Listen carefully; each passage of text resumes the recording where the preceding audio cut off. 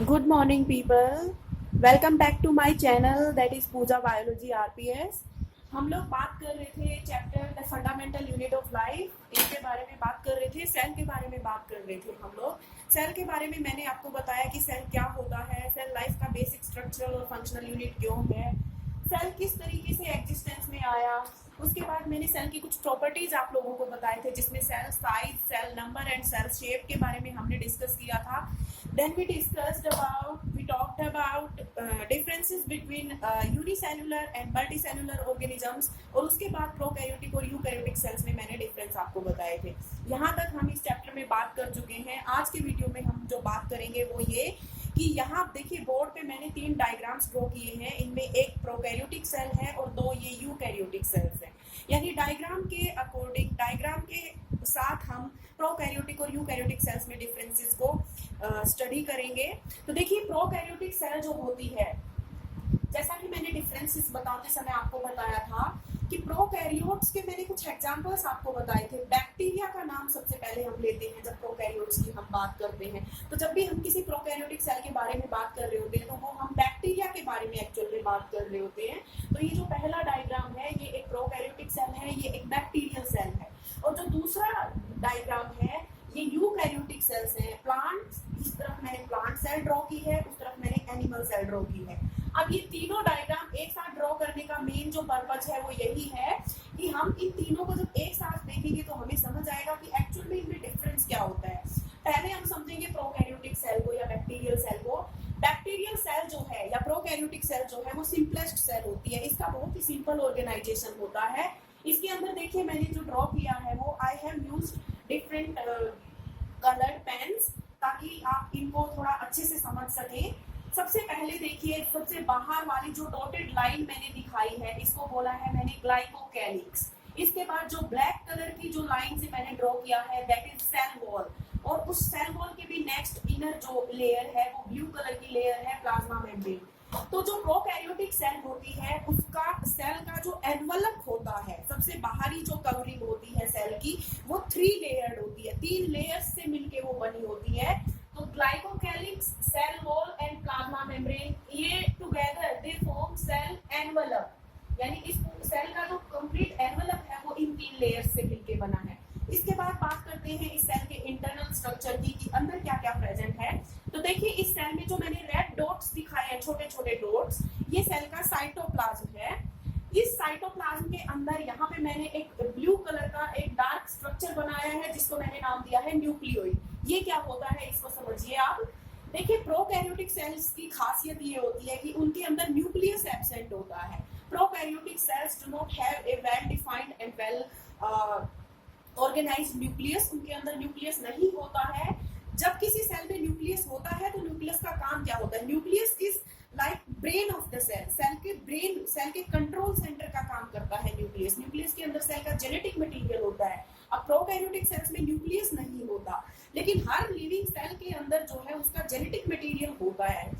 अब prokaryotic cell में nucleus नहीं है तो उसका जेनेटिक मटेरियल फिर कहाँ प्रेजेंट होगा? उसका डीएनए या उसके क्रोमोसोम्स कहाँ प्रेजेंट होंगे? They are present in the cytoplasm only. अब प्रोकैरियोटिक सेल में न्यूक्लियस नहीं है तो प्रोकैरियोटिक सेल का जो ये जेनेटिक मटेरियल है ये साइटोप्लाज्म के अंदर ही पड़ा हुआ है ऐसे। अब न्यूक्लियोइड हमने इसी को नाम दिया है कि एक प्रोकैरियोटिक सेल के अंदर सेल का जेनेटिक मटेरियल और उसके सराउंडिंग का थोड़ा सा रीजन जो कि साइटोप्लाज्म ही होगा उसको हम बोलते हैं न्यूक्लियोइड। तो एक्चुअल में न्यूक्लियोइड क्या है? Nucleoid is the genetic material of a prokaryotic cell. उसके बाद देखिए यहाँ मैंने एक और स्मॉल ब्लू कलर का स्ट्रक्चर बनाया है जिसको मैंने नाम दिया है प्लाज्मिड। प्लाज्मिड क्या होता है? तो देखिए जो न्यूक्लियोइड था उसके अंदर जो जेनेटिक मटेरियल है वो जेनेटिक मटेरियल तो है क्रोमोसोमल डीएनए, यानी वो डीएनए जो क्रोमोसोम्स बनाएगा, जो सेल के सारे फंक्शंस को कंट्रोल करेगा। उस क्रोमोसोमल डीएनए के अलावा कुछ डीएनए और प्रेजेंट होता है प्रोकैरियोटिक सेल के अंदर, उसको हम बोलते हैं नॉन क्रोमोसोमल डीएनए। हालांकि इसके भी कुछ फंक्शंस होते हैं नॉन क्रोमोसोमल डीएनए के, लेकिन मेन जो कंट्रोल होता है सेल का वो न्यूक्लियोइड के पास होता है या क्रोमोसोमल डीएनए के पास होता है। एक बार मैं फिर से रिपीट कर रही हूँ न्यूक्लियोइड और प्लाज्मिड में क्या डिफरेंस है। Nucleoid is the main genetic material of a prokaryotic cell. Nucleoid forms the chromosomal DNA of the prokaryotic cell, while plasmid forms the non-chromosomal DNA of the prokaryotic cell. ठीक है, non chromosomal भी बोल सकते हैं इसको या extra chromosomal भी बोल सकते हैं, यानी क्रोमोसोमल के अलावा जो बच गया वो होता है प्लाज्मिड. तो ज्यादातर प्रोकैरियोटिक सेल्स के अंदर जो है प्लाज्मिड प्रेजेंट होता है. अब इन सबके फंक्शंस क्या होते हैं उतनी डिटेल में हम नहीं जाएंगे, हमारा काम है सिर्फ स्ट्रक्चर को समझना है यहाँ पे. तो पहली चीज मैंने बताई थी सेल एनवलप के बारे में, जो कि 3 लेयर्स से मिलके बना है. दूसरी चीज मैंने डिस्कस की साइटोप्लाज्म. तीसरी जो चीज है वो न्यूक्लियोइड है. फिर मैंने प्लाज्मिड के बारे में बात की. उसके बाद देखिए प्रोकैरियोटिक सेल के अंदर किसी भी तरह की मेम्ब्रेन बाउंड ऑर्गेनल्स नहीं होती. मेम्ब्रेन बाउंड ऑर्गेनल्स क्या होती है ये जब हम यूकैरियोटिक सेल्स के डायग्राम्स को समझेंगे तो हमें समझ आएगा. लेकिन यहाँ पे देखिए आपको कोई भी ऑर्गेनल सेल के अंदर नजर नहीं आ रही है. सिंपली सेल के अंदर ये मैंने ब्लैक कलर के जो डॉट्स बनाए हैं ये राइबोसोम्स है. राइबोसोम्स भी एक तरह की सेल ऑर्गेनल्स होती हैं, लेकिन ये बाकी ऑर्गेनल्स से क्यों अलग होते हैं राइबोसोम्स?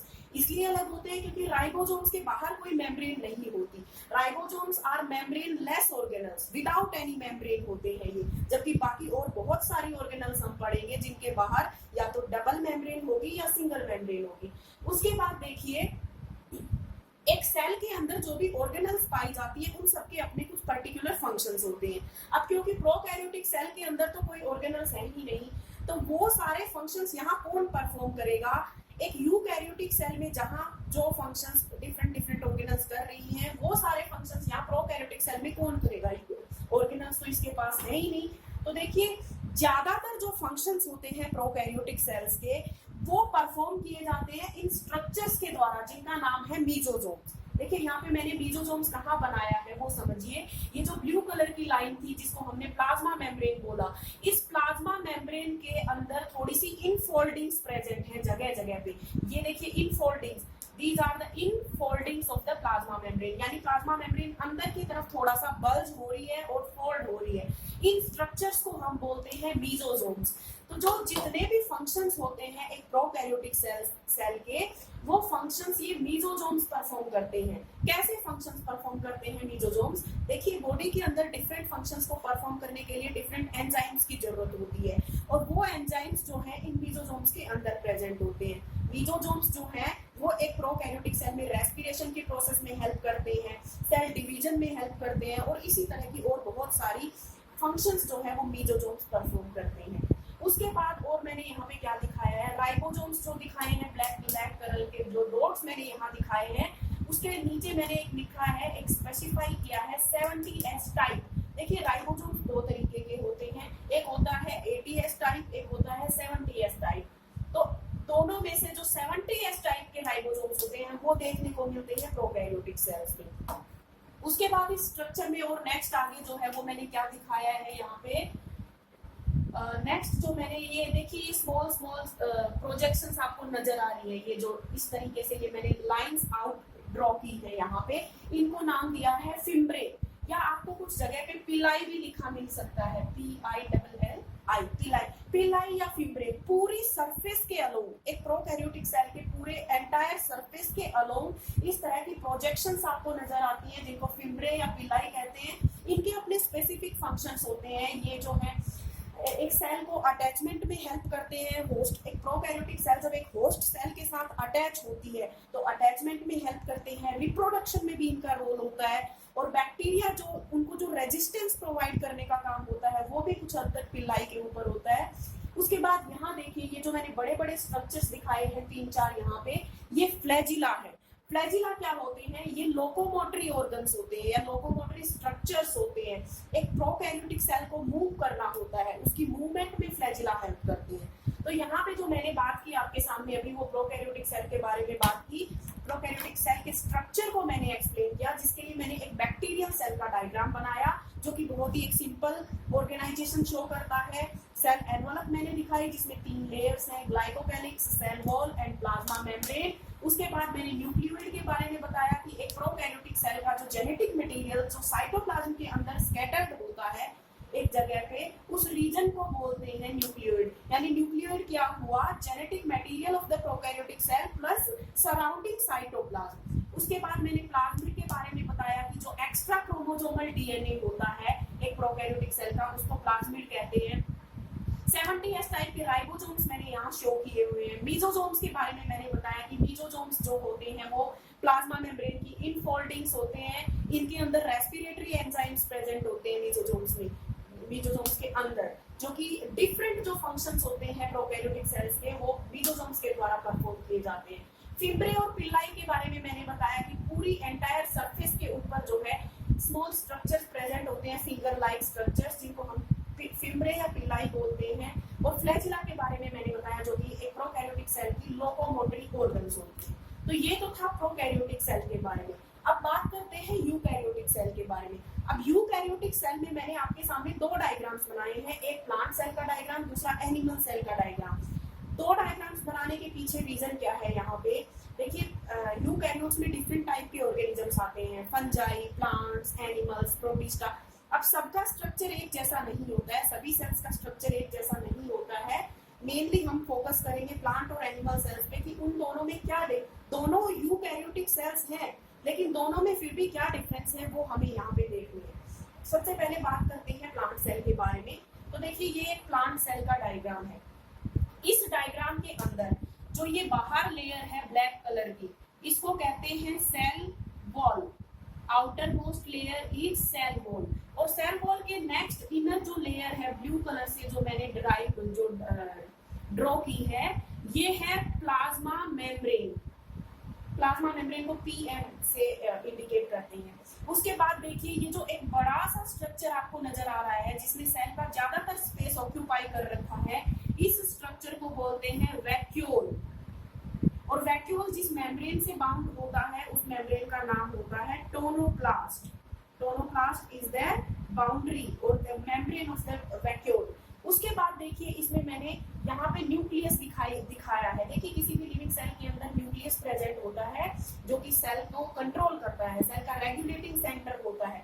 तो यहाँ पे मैंने ये जो ब्लू कलर का स्ट्रक्चर दिखाया है ये है सेल का nucleus. This is the nucleus of the cell. Generally ऐसा होता है कि न्यूक्लियस जो है वो सेल के सेंटर में प्रेजेंट होता है, लेकिन प्लांट्स के केस में क्या होता है कि प्लांट सेल का ज्यादातर स्पेस वैक्यूल ऑक्यूपाई कर लेता है, जिसकी वजह से न्यूक्लियस थोड़ा सा पेरिफेरी की तरफ जो है वो शिफ्ट हो जाता है। अब इस न्यूक्लियस के अंदर एक और मैंने ब्लू कलर का थोड़ा सा और डार्क रीजन दिखाया है। इस रीजन को बोलते हैं न्यूक्लियोलस। न्यूक्लियस के अंदर क्या दिखाया हुआ है मैंने ये लाइन से, ये जेनेटिक मटेरियल है सेल का, डीएनए है सेल का। उसके बाद न्यूक्लियस के साथ साथ देखिए ये जो ब्लैक कलर की जिगजैग लाइंस मैंने दिखाई है, ये है एंडोप्लाज्मिक रेटिक्यूलम।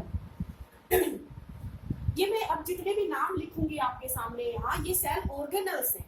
इस सेल का साइटोप्लाज्म है, ये ब्लैक ब्लैक डॉट से मैं सेल का साइटोप्लाज्म दिखा रही हूँ। और इस साइटोप्लाज्म के अंदर अब मैं जितने भी नाम लिखूंगी ये सेल ऑर्गेनल्स हैं, यानी सेल के अंदर पाए जाने वाले डिफरेंट ऑर्गेनल्स हैं ये। अब एंडोप्लाज्म और इनका सबका अपना अपना काम होता है। क्या काम होता है, कौन कौन सी ऑर्गेनल्स होती है, ये इसी चैप्टर में हम आगे स्टडी करेंगे। अब देखिए एंडोप्लाज्मिक रेटिकुलम दो तरीके के होते हैं। एक होते हैं रफ एंडोप्लाज्मिक रेटिकुलम, तो इसके लिए मैं आर लिख रही हूँ इसके सामने। एक होते हैं स्मूथ एंडोप्लाज्मिक रेटिकुलम, ये जो इसी के साथ मैंने दिखाया हुआ है ये है स्मूथ एंडोप्लाज्मिक रेटिकुलम। दोनों में डिफरेंस क्या है? रफ एंडोप्लाज्मिक रेटिकुलम बिल्कुल न्यूक्लियस के साथ प्रेजेंट है, न्यूक्लियस की कंटिन्यूएशन में प्रेजेंट है। और इसको रफ इसलिए बोल रहे हैं क्योंकि इसके ऊपर देखिए मैंने ब्लैक कलर के डॉट्स दिखाए हैं यहाँ पे, ये इसको रफ अपीयर करते हैं। यानी जब हम माइक्रोस्कोप के नीचे देखते हैं इस एंडोप्लाज्मिक रेटिकुलम को तो हमें रफ नजर आते हैं। ये क्यों रफ नजर आते हैं? क्योंकि इनके ऊपर ये ब्लैक ब्लैक कलर के डॉट्स प्रेजेंट है। क्या है ये ब्लैक कलर के डॉट्स? ये राइबोसोम्स है। वहीं दूसरी तरफ हम अगर बात करें स्मूथ एंडोप्लाज्मिक रेटिकुलम की, तो देखिए स्मूथ एंडोप्लाज्मिक रेटिकुलम में मैंने कोई डॉट्स नहीं दिखाए हैं क्योंकि इनके सरफेस के ऊपर राइबोसोम्स अटैच्ड नहीं है। उसके बाद ये स्ट्रक्चर देखिए, ये क्या है? ये जो मैंने ओवरलैपिंग एक के बाद एक जो ये डिस्क जैसे स्ट्रक्चर दिखाए हैं, ये है गोल्जी एपैरेटस या Golgi body of the cell, जिसका काम होता है मटेरियल्स की पैकेजिंग करना। उसके बाद इस सेल में मैंने जो ये रेड कलर का स्ट्रक्चर दिखाया है ये है माइटोकॉन्ड्रिया। जो कि सेल का पावर हाउस होता है, यानी पूरी सेल को जो एनर्जी प्रोवाइड करता है वो ये माइटोकॉन्ड्रिया प्रोवाइड करते हैं। ये जो स्ट्रक्चर मैंने यहाँ पे दिखाया हुआ है ये है प्लास्टिड्स, जिनका काम होता है फोटोसिंथेसिस करना। हमें पता है कि प्लांट्स अपना फूड खुद प्रिपेयर करते हैं, ऑटोट्रोप्स होते हैं प्लांट्स, तो उस ऑटोट्रोप्स के अंदर फोटोसिंथेसिस नाम की जो प्रोसेस होती है उस प्रोसेस को कैरी आउट करने के लिए कुछ पिगमेंट्स की जरूरत पड़ती है, और वो पिगमेंट्स इन प्लास्टिड्स के अंदर होते हैं। उसके बाद ये जो राउंड ब्लैक डॉट्स मैंने दिखाए हैं ये क्या है, ये राइबोसोम्स हैं। अब इस राइबोसोम में और ऊपर जो मैंने राइबोसोम लिखा था उसमें क्या फर्क है वो समझिए। यहाँ राइबोसोम के नीचे मैंने लिखा है 70S टाइप और इन राइबोसोम्स के नीचे मैं लिखूंगी 80S टाइप। ऐसा देखिए, यही जो डिफरेंस है वो हमने कंसीडर किया था कि प्रोकैरियोटिक सेल्स में 70S टाइप के राइबोसोम्स होते हैं जबकि यूकैरियोटिक सेल्स में 80S टाइप के राइबोसोम्स होते हैं। उसके बाद जो मैंने ये रेड कलर के डिस्क जैसे कॉन्सेंट्रिक स्ट्रक्चर्स दिखाए हैं ये क्या है, ये स्टार्च ग्रैन्यूल्स हैं।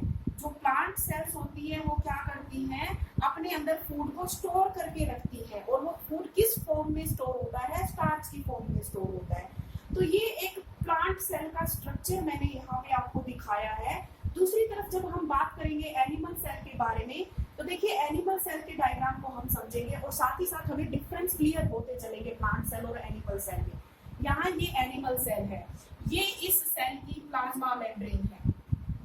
पहला जो डिफरेंस नजर आया हमें, वो क्या डिफरेंस नजर आया, वो ये डिफरेंस है कि देखिए जहां प्लांट सेल में मैंने सबसे बाहर वाली लेयर को सेल वॉल नाम दिया था और सेल वॉल के अंदर की तरफ प्लाज्मा मेम्ब्रेन प्रेजेंट थी, जबकि एनिमल सेल में हम क्या देख रहे हैं, यहाँ सेल वॉल है ही नहीं। तो प्लांट सेल कहाँ पाई जाती है, सेल वॉल कहाँ पाई जाती है, प्लांट सेल के अंदर पाई जाती है।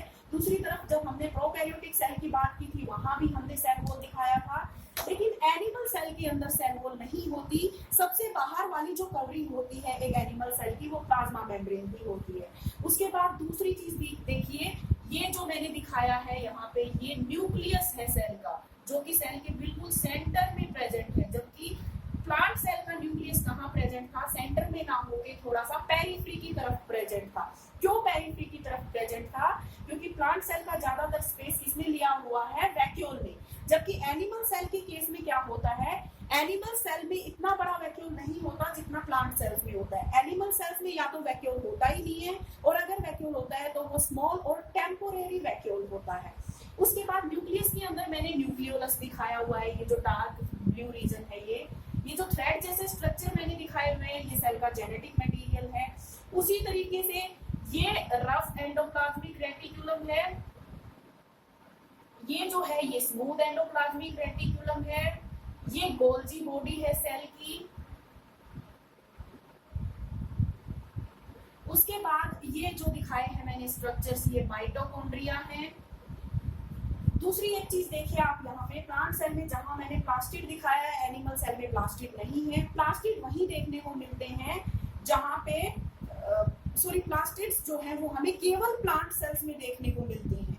अब एक चीज आप यहाँ थोड़ी ध्यान रखिए, फोटोसिंथेसिस नाम की प्रोसेस प्लांट सेल्स करते हैं, प्लांट करते हैं।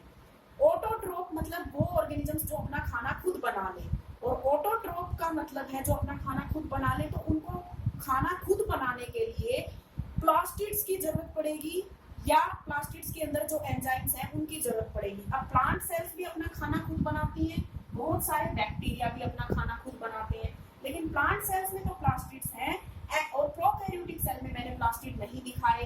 तो प्लास्टिड्स के अंदर जो एंजाइम्स होते हैं वो बैक्टीरियल सेल के साइटोप्लाज्म के अंदर ही प्रेजेंट होते हैं, ठीक है। दूसरी तरफ और देखिए आगे एनिमल सेल के और स्ट्रक्चर्स को हम थोड़ा सा स्टडी करते हैं। ये मैंने जो यहाँ पे दिखाया है ये क्या है, ये लाइसोसोम है,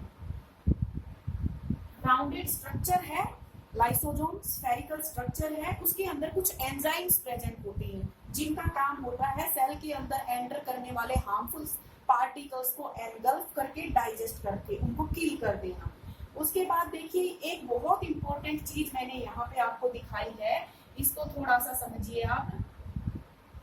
ये जो स्ट्रक्चर मैंने बनाया है यहाँ पे, इसके ऊपर थोड़ा सा फोकस करेंगे। दो लाइंस दिखाई हैं, दोनों एक दूसरे के परपेंडिकुलर हैं, और दोनों को फिर मैंने एक बाउंड्री बना दी है दोनों के बाहर, डॉटेड बाउंड्री। ये क्या है? ये सेंट्रोजोम है, सेंट्रोजोम, या इसके अंदर जो ये परपेंडिकुलर लाइंस है एक दूसरे के, इनको कहते हैं सेंट्रियोल्स। ये मैं न्यूक्लियस को थोड़ा सा रब करके यहाँ लिख लूंगी, ये न्यूक्लियस है। सेंट्रोजोम और सेंट्रियोल्स, ये क्या होते हैं सेंट्रोजोम या सेंट्रियोल्स, उनको समझिए आप। पहली चीज तो आप ये देखिए, सेंट्रियोल्स ना तो मैंने इस सेल में दिखाए हैं, ना ही मैंने यहाँ दिखाए हैं। पहला जो पॉइंट है वो तो ये क्लियर हो जाना चाहिए कि सेंट्रियोल्स केवल एनिमल सेल्स में पाए जाएंगे और कहीं भी सेंट्रियोल्स देखने को नहीं मिलते। दूसरी चीज ये कि सेंट्रियोल्स का काम क्या होता है। सेंट्रियोल्स जो है वो सेल को डिवीजन में हेल्प करते हैं। तो सेंट्रियोल्स का काम है एक एनिमल सेल के डिवाइड करने में हेल्प करना। तो जो काम यहाँ सेंट्रियोल्स कर रहे हैं वो काम, भाई डिवाइड तो प्लांट सेल को भी करना होता है, डिवाइड बैक्टीरियल सेल को भी करना होता है। तो देखिए एक चीज दिमाग में बिल्कुल क्लियर रखिए, किसी सेल के अंदर हमने कोई स्ट्रक्चर दिखाया है और वो स्ट्रक्चर किसी दूसरी सेल में एब्सेंट है, तो उस स्ट्रक्चर का इस सेल में प्रेजेंट है तो कुछ ना कुछ उसका काम है, और उसका काम उस दूसरी सेल में कोई और उसका सब्स्टिट्यूट होगा जो उसका काम कर रहा होगा। अब सेंट्रियोल का काम, जैसा कि मैंने बताया कि एनिमल सेल के डिवीजन में हेल्प करता है, डिवाइड तो प्लांट सेल को भी करना है। तो प्लांट सेल के अंदर डिवीजन में कौन हेल्प करता है? प्लांट सेल में डिवीजन में हेल्प गोल्जी बॉडी करती है। प्रोकैरियोटिक सेल में डिवीजन में कौन हेल्प करता है? प्रोकैरियोटिक सेल में डिवीजन में पिल्लाई और फिम्ब्रे हेल्प करते हैं, कुछ रोल मीजोजोम्स का भी होता है। तो इस तरीके से ये एनिमल सेल मैंने आपके सामने दिखाई है। ये जो फिंगर जैसे प्रोजेक्शंस आपको नजर आ रहे हैं, जो ब्रश जैसे नजर आ रहे हैं ऊपर, इनको बोलते हैं विलाई एंड माइक्रोविलाई, जो कि सेल के सरफेस एरिया को इंक्रीज करने में हेल्प करते हैं। आप इसको ऐसे समझ सकते हैं, मान लीजिए आपके सामने एक स्ट्रेट वायर है, ये यहाँ से शुरू होके यहाँ तक है उस वायर की जो लेंथ है। दूसरी तरफ आपके पास एक ऐसी वायर है जो बीच बीच में आपने मोड़ रखी है, उसका स्टार्टिंग पॉइंट यहाँ है, एंड पॉइंट यहाँ है, और बीच बीच में आपने उसको मोड़ रखा है। तो दोनों में से सरफेस एरिया ज्यादा किसका होगा? उसका होगा ना जिसके बीच में लूप्स प्रेजेंट है, जिसको मोड़ रखा है, क्योंकि जब आप उसको पूरा स्ट्रेच करेंगे तो उसकी लेंथ तो उस पहली वाली वायर से ज्यादा हो जाएगी। इसी तरीके से ये विलाई का काम होता है। विलाई जो होती है वो भी सेल के सरफेस एरिया को बढ़ाने में हेल्प करती है। तो यहाँ पे देखिए, ये तो मैंने डायग्राम से बताया आपको क्या डिफरेंस होता है प्लांट सेल और एनिमल सेल में। राइबोसोम्स भी मैं दिखा देती हूँ। यहाँ पे देखिए एनिमल सेल के अंदर जो राइबोसोम्स हैं, अब एनिमल सेल क्योंकि एक यूकैरियोटिक सेल है तो इसके अंदर भी जो राइबोसोम्स होंगे वो कैसे होंगे? एटीएस टाइप के राइबोसोम्स होंगे। यहाँ पे जो मैंने स्टार्च दिखाया है वैसे एनिमल सेल के अंदर उसी तरीके से जो रिजर्व फूड होगा वो ग्लाइकोजन की फॉर्म में होगा। तो मैं फिर से एक बार इन सारे डिफरेंसेस को डायग्राम्स में पहले एक्सप्लेन कर रही हूँ, फिर मैं इनको लिख के एक्सप्लेन करूंगी। प्रोकैरियोटिक सेल के अंदर बहुत सिंपल ऑर्गेनाइजेशन है, ना ही तो इसके अंदर न्यूक्लियस है, ना ही इसके अंदर डबल मेम्ब्रेन से बाउंड ऑर्गेनल्स हैं, और डबल और सिंगल मेम्ब्रेन से बाउंड किसी भी तरह की ऑर्गेनल्स इसके अंदर नहीं है। इसके अंदर सिर्फ वो ऑर्गेनल है जो किसी मेम्ब्रेन से बाउंड नहीं है, यानी कि सिर्फ राइबोसोम्स। मीजोसोम्स एक बहुत इंपॉर्टेंट रोल प्ले करते हैं एक प्रोकैरियोटिक सेल के अंदर। Most of the functions of a prokaryotic cell are performed by mesosomes. उसके अलावा मीजोसोम्स की एक और कैरेक्टरिस्टिक है कि मीजोसोम्स में उसके अलावा प्रोकैरियोटिक सेल्स की एक और कैरेक्टरिस्टिक है कि प्रोकैरियोटिक सेल्स में एक एक्स्ट्रा क्रोमोसोमल डीएनए पाया जाता है जिसे हम प्लाज्मिड कहते हैं। वहीं दूसरी तरफ अगर हम बात करें प्लांट सेल और एनिमल सेल में, मेजर डिफरेंस आपको जो नजर आए वो क्या है? प्लांट सेल में बहुत बड़ा और परमानेंट वैक्यूल है, एनिमल सेल में कोई बड़ा और परमानेंट वैक्यूल नहीं है। प्लांट सेल के अंदर प्लास्टिड्स प्रेजेंट है, एनिमल सेल में प्लास्टिड्स नहीं होते। एनिमल सेल में सेंट्रियोल है, प्लांट सेल में सेंट्रियोल नहीं होता।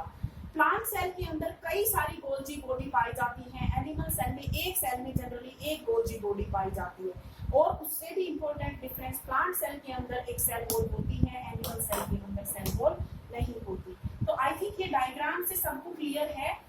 इसके अलावा मैं इन सेल्स में फिर से थोड़ा सा डिफरेंस आपको समराइज करना चाहूंगी। मेन जो पॉइंट्स हैं डिफरेंस के, उन पॉइंट्स को मैं आपके सामने एक बार लिखना चाहूंगी। तो प्रोकैरियोटिक और यूकैरियोटिक सेल्स के डिफरेंस मैं आपको प्रीवियस वीडियो में बात कर चुकी हूँ इनके बारे में। एनिमल सेल और प्लांट सेल के अंदर जो है वो डिफरेंस वो मैं अभी आपके सामने डिस्कस करूंगी। तो देखिए, पहले बात करते हैं प्रोकैरियोटिक सेल एंड दूसरी तरफ मैं लिख रही हूँ यूकैरियोटिक सेल। डिफरेंसेस इनके अंदर हम पढ़ रहे हैं। मैं एक बार फटाफट आपके सामने समराइज करती हूँ वो सारे डिफरेंसेस। प्रोकैरियोटिक सेल जो होती है इस ऑर्गेनाइजेशन होता है, इसके अंदर न्यूक्लियस एब्सेंट होता है। सबसे इंपॉर्टेंट डिफरेंस यही होता है प्रोकैरियोटिक और यूकैरियोटिक सेल्स में कि इसके अंदर एक वेल डिफाइंड न्यूक्लियस एब्सेंट होगा, जबकि यूकैरियोटिक सेल्स में एक वेल डिफाइंड न्यूक्लियस प्रेजेंट होता है। अब देखिए, इसको इस तरीके से नहीं समझना है आपको कि सिर्फ ये डिफरेंस देखा और हमने बोल दिया कि ये प्रोकैरियोटिक सेल है और ये यूकैरियोटिक सेल, ऐसा नहीं है। कुछ यूकैरियोटिक सेल्स ऐसी होती हैं जिनके अंदर न्यूक्लियस नहीं होता है, यानी कि कुछ यूकैरियोटिक सेल्स भी ऐसी होती हैं जो न्यूक्लियस लैक करती हैं। वो कौन सी सेल्स हैं? देखिए मैं लिख रही हूँ यहाँ पे उनके नाम, एक्सेप्शंस क्या हैं। एक तो जो हमारी आरबीसीज होती हैं, जो हमारी यंग आरबीसीज होती हैं उनमें न्यूक्लियस होता है, लेकिन जो मैच्योर आरबीसीज होती हैं उनके अंदर न्यूक्लियस जो है वो एब्सेंट होता है। Mature mammalian RBCs. ये तो बात की हमने एनिमल्स के बारे में। प्लांट्स के अंदर एक्सेप्शन क्या होगा कि प्लांट्स के अंदर जो सीव ट्यूब्स और ट्रैकिड्स होती हैं उनमें न्यूक्लियस एब्सेंट होता है। तो sieve tube cells, mature sieve tube cells, young sieve tube cells में तो होता है न्यूक्लियस, लेकिन मैच्योर सीव ट्यूब सेल्स में न्यूक्लियस एब्सेंट होता है। और ट्रैकिड के जो एलिमेंट्स हैं उनके अंदर भी न्यूक्लियस एब्सेंट होता है। अब यू मस्ट बी वंडरिंग कि ये सीव ट्यूब सेल्स क्या होती हैं, ट्रैकिड्स क्या होते हैं। ये देखिए, प्लांट्स के अंदर कुछ सेल्स पाई जाती हैं जिनका काम होता है प्लांट की बॉडी में फूड और वाटर के ट्रांसपोर्ट में हेल्प करना। तो coming back to the differences, पहला डिफरेंस मैंने बताया कि न्यूक्लियस की प्रेजेंस और एब्सेंस। प्रोकैरियोटिक सेल में न्यूक्लियस एब्सेंट होता है, यूकैरियोटिक सेल के अंदर न्यूक्लियस जो है वो प्रेजेंट होता है। और जो डिफरेंसेस हैं वो ये हैं कि प्रोकैरियोटिक सेल के अंदर मेम्ब्रेन बाउंड ऑर्गेनल्स भी एब्सेंट होती हैं। मेम्ब्रेन बाउंड ऑर्गेनल्स मतलब Golgi body, mitochondria, plastids, endoplasmic reticulum, lysosomes, ये सब के सब जो है प्रोकैरियोटिक सेल्स में एब्सेंट होंगे, जबकि यूकैरियोटिक सेल्स के अंदर ये प्रेजेंट होते हैं। और डिफरेंसेस देखिए, प्रोकैरियोटिक सेल्स के अंदर राइबोसोम्स 70S टाइप के होंगे, जबकि यूकैरियोटिक सेल्स में राइबोसोम्स 80S टाइप के होंगे। प्रोकैरियोटिक सेल्स का साइज बहुत स्मॉल होता है, 1 से 10 माइक्रोमीटर के रेंज में होता है इनका साइज, जबकि यूकैरियोटिक सेल्स का जो साइज होता है वो बहुत बड़ा होता है as compare to prokaryotic cells. उनका साइज 10 से 100 माइक्रोमीटर के बीच होता है। प्रोकैरियोटिक सेल्स में हम बैक्टीरियल सेल की बात करते हैं। 3 एग्जांपल्स हैं प्रोकैरियोटिक सेल्स के, बैक्टीरिया, माइकोप्लाज्मा एंड साइनोबैक्टीरिया। इनके अलावा जितने भी लिविंग ऑर्गेनिजम्स बच गए वो सारे के सारे यूकैरियोट्स होते हैं उनके अंदर, क्योंकि यूकैरियोटिक टाइप की सेल्स जो है वो प्रेजेंट होती हैं। तो ये मैंने डिफरेंसेस पहले भी बताए थे, अब फिर से मैंने रिपीट किए हैं आपके सामने। अब मैं जो डिफरेंस लिखने वाली हूँ वो डिफरेंसेस हैं प्लांट सेल और एनिमल सेल के अंदर। प्लांट सेल, दूसरी तरफ में लिख रही हूँ एनिमल सेल्स। इनके अंदर मेजर डिफरेंस कौन कौन से होते हैं उनको समझिए आप। साइज के बारे में बात कर ले तो जनरली क्या होता है, प्लांट सेल का साइज लार्ज होता है और एनिमल सेल का साइज प्लांट सेल के कंपैरिजन में स्मॉल होता है। दूसरी जो चीज हम सबसे मेन डिफरेंस है वो है सेल वॉल का। प्लांट सेल के अंदर सेल वॉल प्रेजेंट होती है, जबकि एनिमल्स में सेल वॉल एब्सेंट होती है। और डिफरेंस देखिए, वैक्यूल की अगर हम बात करें, प्लांट सेल के अंदर वैक्यूल लार्ज होता है और परमानेंट होता है, जबकि एनिमल सेल के अंदर vacuole either vacuole is absent और अगर प्रेजेंट होगा तो वो स्मॉल और टेम्पोरेरी टाइप का वैक्यूल होगा। दूसरी तरफ नेक्स्ट जो डिफरेंस है वो है प्लास्टिड्स के बारे में, कि प्लांट सेल के अंदर प्लास्टिड्स जो है वो प्रेजेंट होते हैं, एनिमल सेल के अंदर प्लास्टिड्स एब्सेंट होते हैं। प्लास्टिड्स का काम होता है फोटोसिंथेसिस में हेल्प करना। अब फोटोसिंथेसिस तो प्लांट सेल्स शो करती हैं, तो प्लांट सेल्स में प्लास्टिड्स प्रेजेंट होंगे, जबकि एनिमल सेल्स के अंदर प्लास्टिड्स जो है वो एब्सेंट होंगे। एक और बहुत इंपॉर्टेंट डिफरेंस है सेंट्रियोल्स का। सेंट्रियोल्स केवल और केवल एनिमल सेल्स में देखने को मिलते हैं, प्लांट सेल्स में सेंट्रियोल्स एब्सेंट हैं, जबकि एनिमल सेल्स के अंदर सेंट्रियोल्स प्रेजेंट होते हैं। उसके बाद और डिफरेंसेस देखिए कि जो प्लांट सेल्स होती हैं इनके अंदर क्या होता है कि एक प्लांट सेल दूसरी प्लांट सेल के साथ कनेक्शन बनाती है, और वो जो कनेक्शन होते हैं उनको हम डेस्मोसोम्स कहते हैं। जनरली डेस्मोसोम्स जो है वो देखने को मिलते हैं प्लांट सेल में, जबकि एनिमल सेल्स के अंदर बहुत वैरायटी ऑफ जो है कनेक्शंस देखने को मिलते हैं। तो ये थे कुछ मेजर डिफरेंसेस प्लांट सेल और एनिमल सेल के अंदर। तो देखिए ये जो डिफरेंस मैंने आपको यहाँ बताए हैं, ये कुछ थोड़े बहुत डिफरेंसेस मैंने आपके सामने एक्सप्लेन किए हैं। इसके अलावा डिफरेंसेस जो हैं और भी ज्यादा डिफरेंसेस आप स्टडी कर सकते हैं प्लांट और एनिमल सेल के अंदर। एक डिफरेंस है गोल्जी बॉडी को लेके। प्लांट्स के अंदर गोल्जी बॉडी बहुत सारी होती है, एक सेल के अंदर एक से ज्यादा गोल्जी बॉडी जनरली देखने को मिलती है, जबकि एनिमल सेल के अंदर गोल्जी बॉडी का नंबर जो है, एक एनिमल सेल के अंदर गोल्जी बॉडी जनरली एक ही प्रेजेंट होती है। तो ये कुछ डिफरेंसेस मैंने आपको बताए हैं। डिफरेंस आपको डायग्राम से भी क्लियर हो गए होंगे और इनको हमने इस तरीके से एक टेबुलर फॉर्म में भी हमने डिफरेंसेस को देख लिया है। तो आज के इस वीडियो में मेरा मेन जो पर्पस था वो यही था कि आपको बताया जाए कि दो तरह की सेल्स कौन कौन सी होती हैं, प्रोकैरियोटिक और यूकैरियोटिक सेल्स, और इन दोनों में डिफरेंस आपको समझाए जाए डायग्राम की हेल्प से। फिर यूकैरियोटिक सेल्स में भी हम एनिमल सेल और प्लांट सेल के अंदर जो डिफरेंसेस होते हैं उनको समझे। ये सब मैंने आपके साथ डिस्कस किया। अब नेक्स्ट वीडियो में जो मैं बात करूंगी, नेक्स्ट वीडियो के टॉपिक को मैं इसी वीडियो में स्टार्ट कर रही हूँ, डिटेल में उसको नेक्स्ट वीडियो में स्टडी करेंगे। देखिए एक सेल का स्ट्रक्चरल ऑर्गेनाइजेशन क्या होता है, इसके बारे में हम बात करेंगे। Our next topic of this chapter, जो चैप्टर हम पढ़ रहे हैं the fundamental unit of life यानी सेल, सेल चैप्टर में जो नेक्स्ट टॉपिक है वो है structural organisation of a cell. Structural organisation of a cell, एक सेल का स्ट्रक्चरल ऑर्गेनाइजेशन क्या है। अब देखिए सेल का जो स्ट्रक्चरल ऑर्गेनाइजेशन है, इसका सिंपल सा मतलब है कि हम सेल के बेसिक कंपोनेंट्स के बारे में बात कर रहे हैं। Basic components of a cell, एक सेल का जो बेसिक स्ट्रक्चर होता है। अब यहाँ कौन सी सेल की बात हो रही है, प्रोकैरियोटिक सेल की या यूकैरियोटिक सेल की या किसी भी लिविंग सेल की, हम सिंपली एक सेल ले रहे हैं, उसके बेसिक कंपोनेंट्स के बारे में बात कर रहे हैं। तो मेनली एक सेल जो होती है उसके जो स्ट्रक्चर होता है उसका, उसके कंपोनेंट्स तीन होते हैं। पहला जो कंपोनेंट है वो है प्लाज्मा मेम्ब्रेन,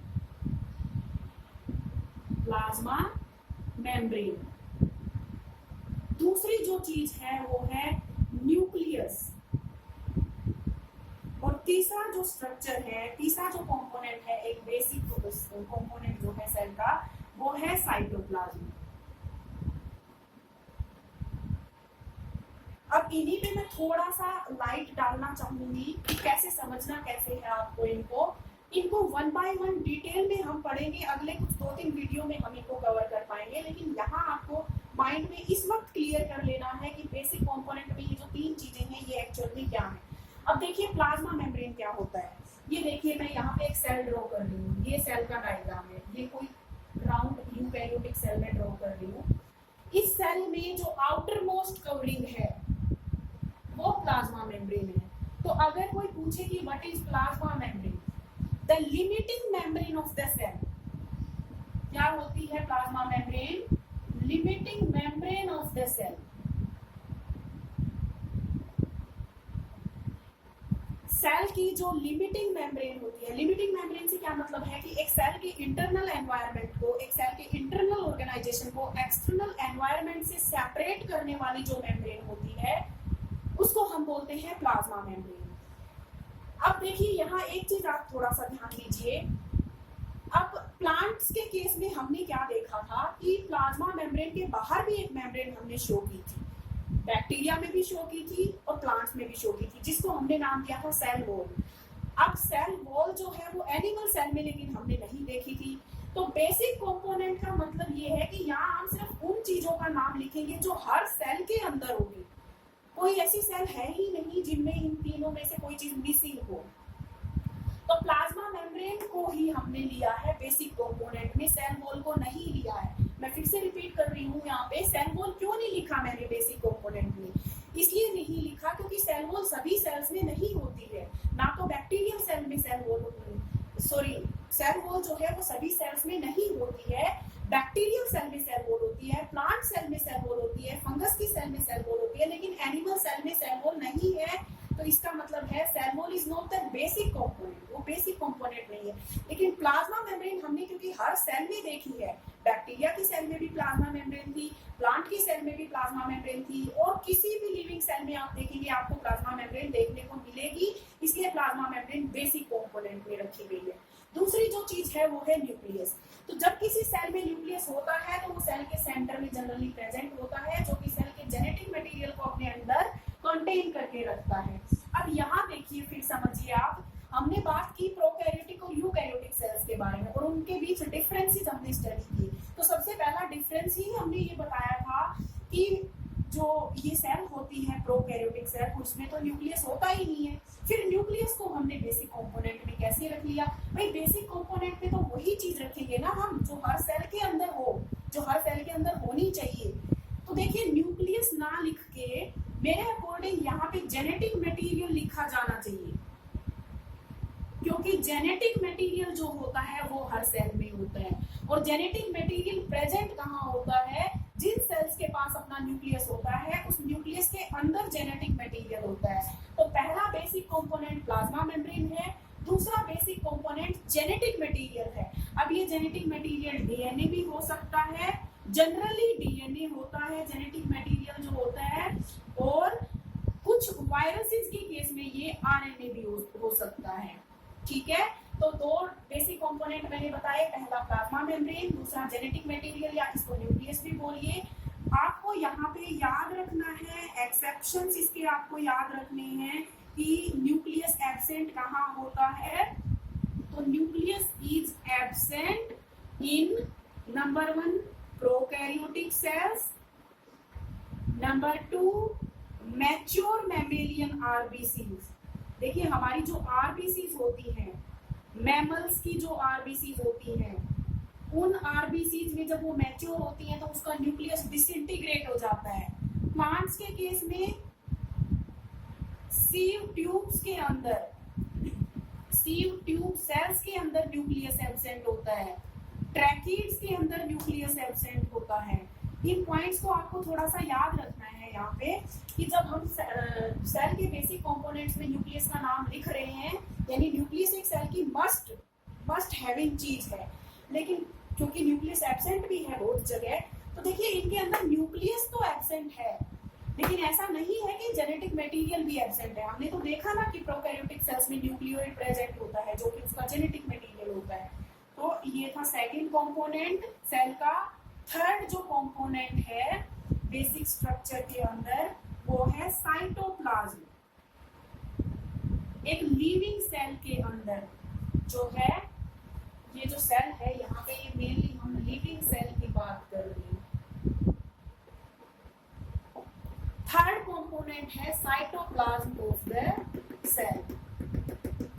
ये जो है यहाँ पे ये न्यूक्लियस है सेल का, और जो ये डॉट डॉट जैसे स्ट्रक्चर्स मैंने दिखाए हैं, these are, this represents cytoplasm of the cell।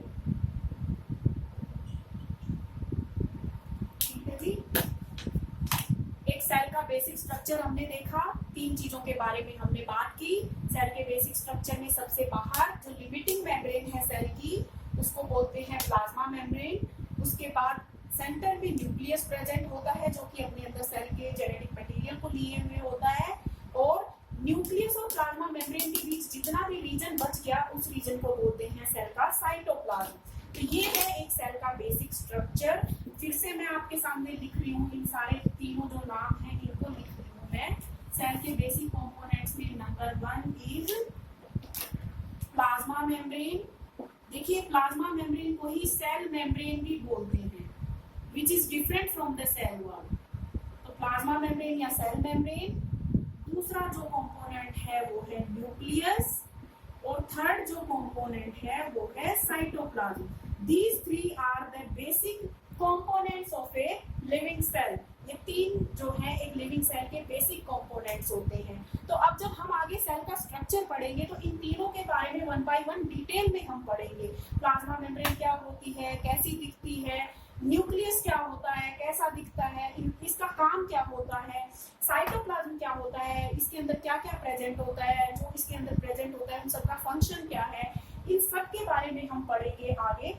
लेकिन देखिए यहाँ पे सेल वॉल एक वर्ड आया था, अभी हमने तो प्लांट सेल्स की बात की तो सेल वॉल आया था। तो प्लाज्मा बारे में जब हम पढ़ेंगे तो साथ ही साथ हम सेल वॉल के बारे में भी बात करेंगे। दूसरी चीज, जब हम साइटोप्लाज्म के बारे में बात करेंगे तो हम देखेंगे कि साइटोप्लाज्म के अंदर कौन कौन से कंपोनेंट्स प्रेजेंट है। उन सारे कंपोनेंट्स के बारे में जो है हम डिटेल में स्टडी करेंगे। तो अब जो नेक्स्ट वीडियो हमारा होगा, एक सेल का बेसिक स्ट्रक्चर तो हम पढ़ेंगे ही पढ़ेंगे, लेकिन नेक्स्ट वीडियो में जो हम बात करेंगे वो हम बात करेंगे प्लाज्मा मेम्ब्रेन के बारे में, सेल वॉल के बारे में, दोनों में डिफरेंस क्या होते हैं उनके बारे में हम स्टडी करेंगे।